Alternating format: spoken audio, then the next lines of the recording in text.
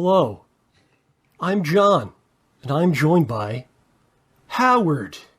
Yeah. But people checking this out. There's no ads on this video. Create a new channel for this to show, we're not trying to gain viewers or subs or whatever, man. And I'm not looking to subject my subscribers to this horse shit. I feel it's important to dispel some things that have been said and that are out there, Yeah, it's been a long time coming, and it's just one thing that we try to avoid, but Yes. It gets to a point where it cannot be avoided. Basically, this is a response to a lot of things, including a video posted by one Philium 2 days ago.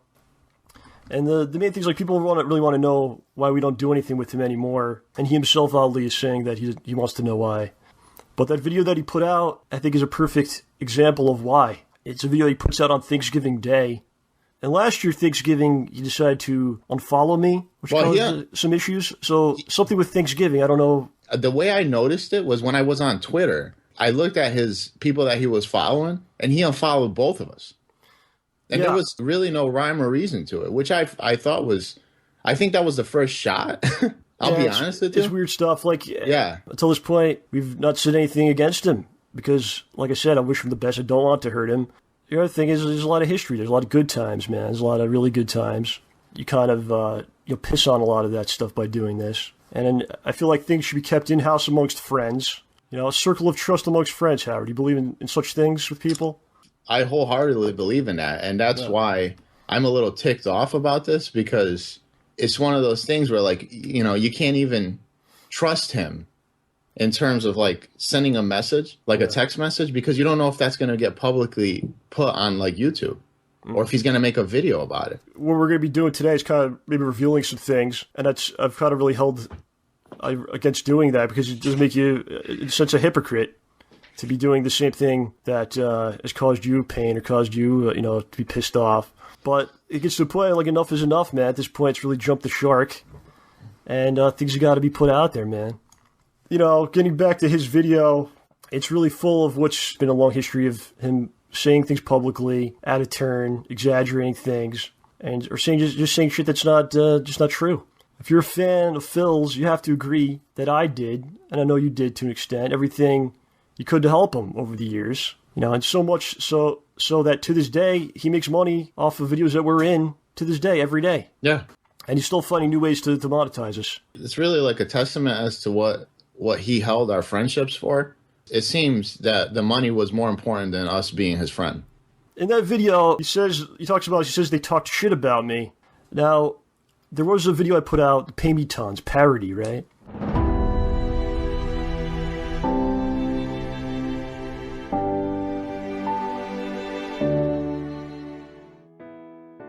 Hi, my name is John, and I'm special because I upload videos to the internet. But being so important does have its dark side.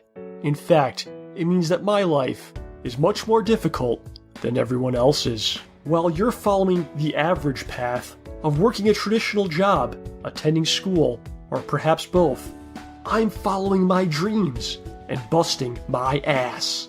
Talking over video games, posting breakfast pics, and vlogging about movies that I hate. Creative things. And as we all know, creativity is fueled by pure cash. This is why I've opened a Paymetons account. It's an internet website that allows people like me to receive lots of creativity from people like you. Simply log in and transfer the entirety of your bank account into my Paymetons account. I won't even get out of bed for less than $50. And then together, we'll make sure that the world, well, my world, is a much more creative place. 2 weeks later, you and I were doing the show, and we explained it wasn't singling him out, right? Yeah, it was a whole thing. The whole thing was about that Patreon website, and what people do. And look at all the shenanigans that has transpired in the past, few years, where people, raise up all this money, promise a product, they took the money, and people are fucked. And despite all that, we came out and said it wasn't directly about him. He publicly said, if John does a skit making fun of Patreon, it doesn't mean he's talking shit about me? Where was the shit talk?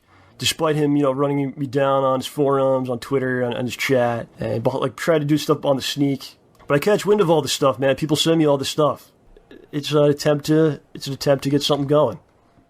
Yeah, and he falls victim to it on a consistent basis. Yeah. And he has an issue, like a really big issue with damage control. Mm-hmm. Like he doesn't know how to ignore things.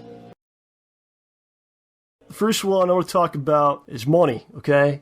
This is not me complaining about money because honestly, from my side of things, I know some other people in our circle don't agree, but I believe I was treated fairly with money.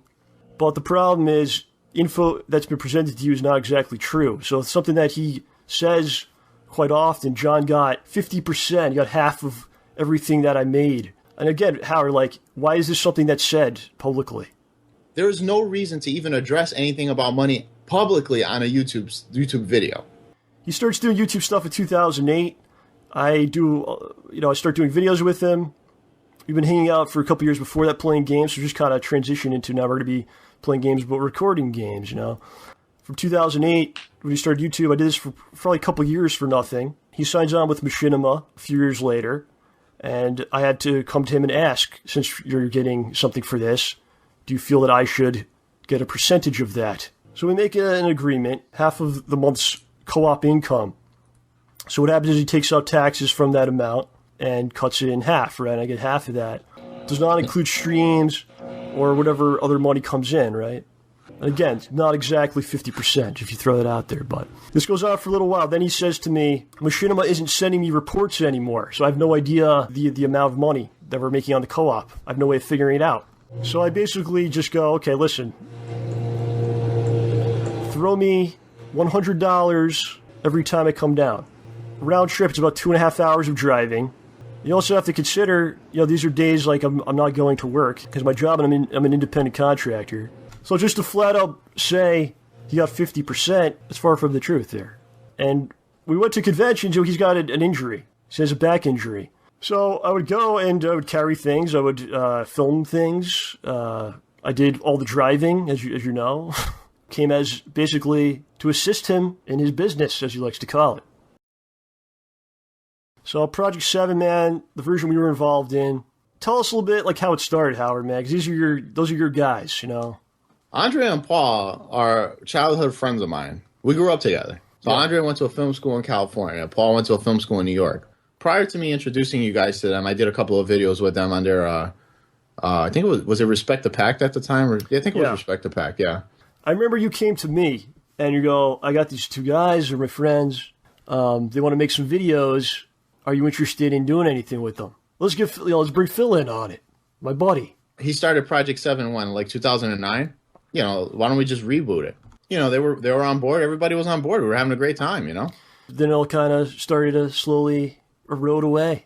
What really punched me in the face, man, that's what it basically was. Right before episode 3 comes out, Phil puts out a video. He's talking about Project 7, whatever, man. And it's just something he often says. He says, I don't mean to badmouth John Rambo, and proceeds to talk about me.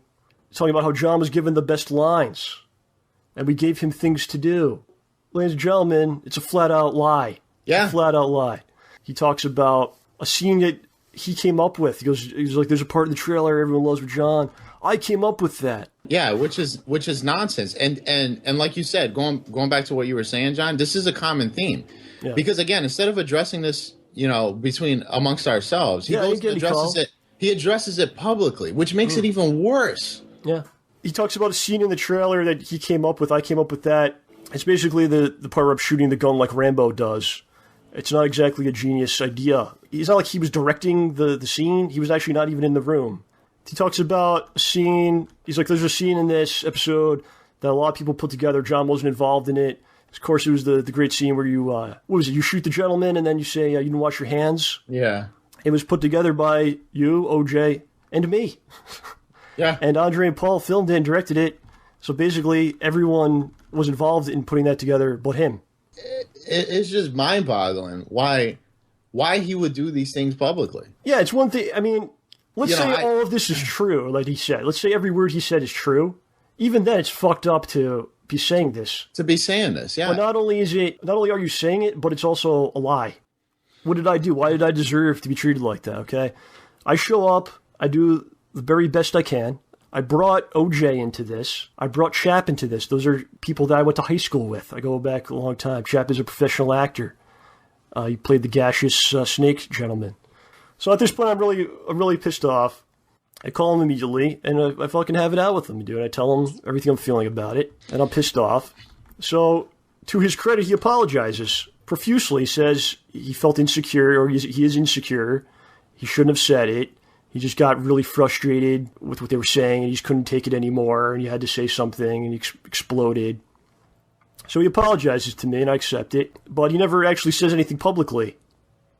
There's no public apology. There's no clarification about, what he said, how it wasn't exactly the truth. So continue with Project 7, man. Started to fall apart, and what was basically happening was these guys were working 50, 60 hours a week on getting this shit edited to try to pump it out with these unrealistic timelines. We don't want to talk too much about it, but couple that with the fact with money. Yeah. These guys are putting all this time and effort into this fucking thing. And what do they get? Gugats. That's what they got. Here's the bottom line, right? You would think out of the kindness of your heart, you would go ahead, damn, man, these guys are putting all this time and effort in this thing. It's not even kindness. It's just what's fair is fair. What's fair is fair. Let me throw them a couple of bones. Whatever the case may be, throw them some money here and there, some percentage of the profits, and this and that. So what ends up happening? John and I are talking about this, and John says, I'm going to talk to him. John goes up to him and says, dude, throw him some money, man. These guys, if you throw them some money, they'll continue. If not, they're going to stop. He has the audacity to say, I told them, or I asked them if they wanted money, and they denied it. That's a fucking load of shit. Okay, so because I talked to them afterwards about it.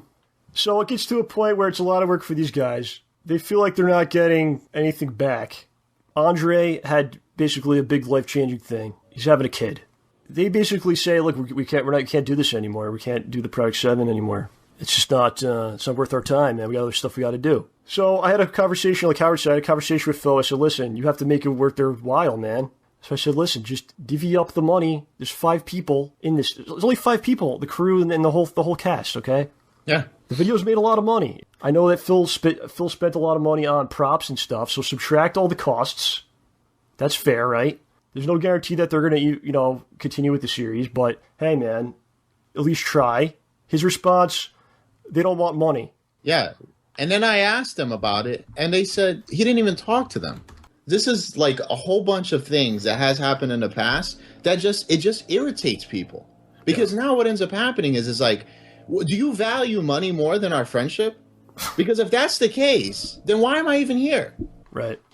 All right, so let me ask you, did you get anything out of the Project 7? First of all, we're going to talk about that.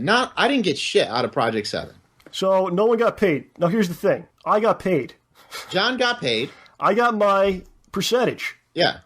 And again, it's not millions of dollars here. It's whatever is fair. Fair. Because as friends, you would expect to be treated with respect.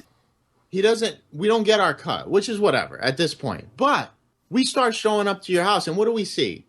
The guy starts buying figurines, starts buying all this ridiculous shit that there's no need to buy. Then we show up to his house one day, and what does he have in the fucking driveway? A BMW. So how the fuck do you think I feel, and how do you think these guys feel after the fact? Yeah, it's more about respect and being fair. It's about respect, man. You have no respect for your friends, for your family. You don't give a shit about anybody but yourself. The thing is nobody's jealous, nobody's nothing. It's when people make money, one person makes money off the back of everybody else. And we decide, let's make t-shirts. $300 per person. We put the money together. Then we start figuring out, we go to these conventions, we do this and that. The t-shirts aren't selling. So whatever, I'm going to cut my losses. I don't give a shit. He leaves Connecticut, and he moves to Seattle. He starts doing this Project 7 reboot thing that he's doing, making videos, doing all this stuff. Then I start finding out that he's reselling t-shirts. But the problem is he doesn't actually own the shirts completely. Yeah, he doesn't own the shirts completely. So he's taking shirts that your face is on the shirt. Yeah. He has to physically look at your face as he packages the shirt. The logos, actual shirts are made by Andre. He's not getting anything. Maybe he'll say you never brought it up to me, but you shouldn't have to. He sent me a text message, like last minute, asking me to do like a co-op with him. And I told him, I'm like, dude, I don't know if I'm going to be able to make it. You know, I got some stuff going on. He makes me feel like shit. Because he writes back, he goes, well, if you don't show up, it just basically solidifies the fact that we're not friends. Wow. And, dude, he made me feel like shit. Like, seriously, like shit. Yeah. From that point, I sent him text messages, some random ones, you know, Merry Christmas, Happy Thanksgiving, doesn't reply back. So I thought that he changed his number. Okay, so he moves in June. Yeah. You never hear from him again, basically. So I never hear from him again. So December 29th in 2014, and I get a message from Chris and a few other people that Scott passed away. It has to do with the Street Fighter community. It has to do with the Street Fighter community. Which is a group of people like, and we don't talk every day to everybody. Yep. But it's a group of people that is kind of like a brotherhood, if you will.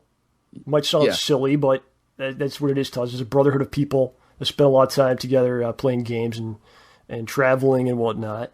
Yeah, so I send him a message. And I go, I didn't say anything hi or anything like that. The only thing, because the last time I did that, he didn't reply back to me. I said, hey, Scott passed away. That's all I wrote. Doesn't reply back to me. Then, this is what fucking burns me, okay? Yeah. This shit fucking burns the fuck out of me. What does the guy do? A week or two later, makes a video about Scott passing away. Dude, don't fucking publicize somebody's death. Are you fucking serious? He brings up T. Right? Now, T at the time was like one of the greatest Street Fighter players in our area. And he starts fucking talking about this guy, right? So what does that do? Naturally, in our circle of friends, everybody is fucking fuming. Because there was no need to bring up T, there was no need to bring up Scott, there's no need to bring up people's deaths and publicize it and make money off of it. And he did. You have no respect for people that are alive, that for fucking people that are dead. You don't give a shit about anybody but yourself. That was it for me, man. Yeah. That was it for me. Okay. So going back to his Thanksgiving video, he says there's a lot of rumors about why we're not doing stuff, and he goes, it's definitely not about the money. And it's not about me revealing something personal. It's definitely not that. But it could possibly be that I just moved and they're resentful about that. So it could be that one, I guess, because that doesn't make him look bad in any way, you know.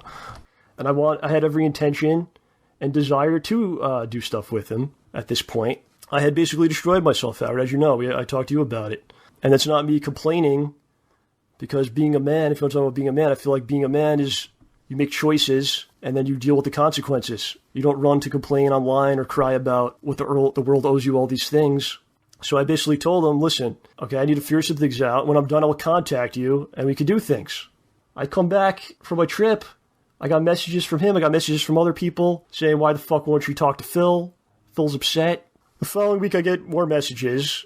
They mostly are like, how are you doing? And then as soon as you say good, then immediately goes right into the videos. It's like a setup and then videos. Videos, are we going to make the videos? Let's do some videos. I need to tell people when we're making the videos. I don't respond to any of these messages because, like I said, I'm in kind of a bad spot. I eventually get a message from him in the middle of the night, Howard. Go back to sleep. I remember waking up the next morning and very quickly responding to this. Basically, please count me out for a while.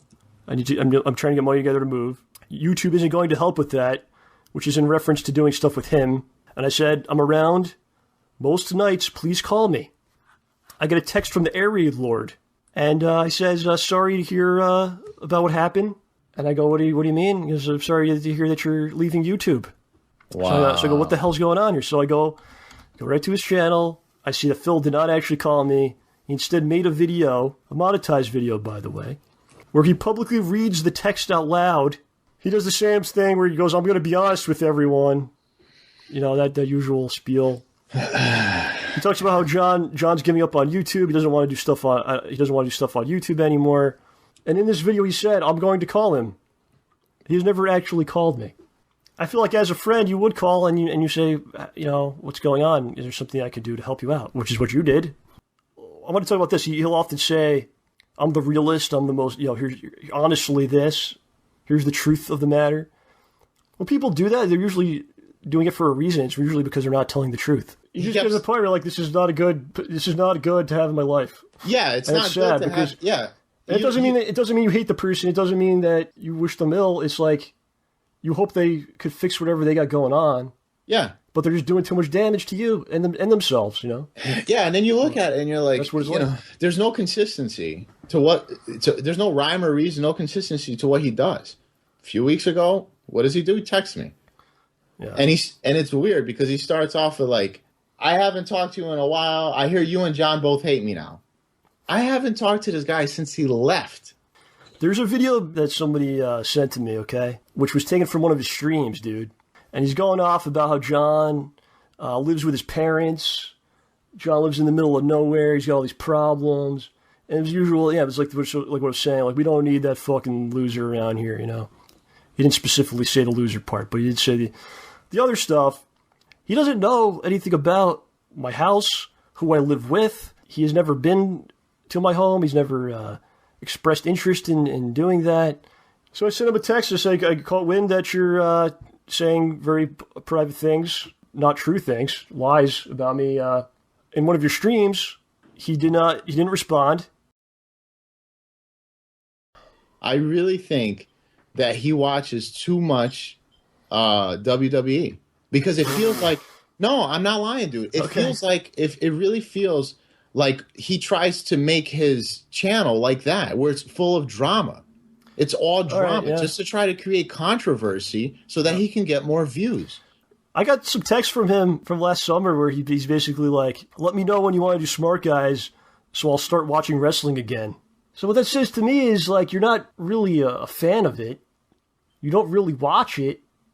You will watch it if you could make a video about it.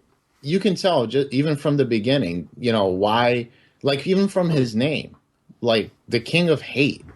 And it's like he enjoys that. He lives by that. And it's like, I understand if it's like a facade for like YouTube or, whatever the case may be. But like when you're doing these things in real life to people that are close to you, then you start questioning whether or not, if it's a facade or if it's the real you. I think he's stuck in a rut. There's a lot of Let's Players, and it's hard to compete now unless you do things differently. And I think he's in a really bad spot, and that's why he's trying to reach out to us, but he doesn't know how to reach out. He does it in a negative way, and it really burns. Too much damage has been done. And the damage continues because he doesn't know how to divert the damage. Yeah. He just adds to it. To Phil, instead of making a monetized response video or trying to make profit off any of this, do what you said you were going to do back in August 2014. Give me an actual call. Is that the end of this thing, this atrocity? Yep, that's it. Okay. Adios, everybody. Yep.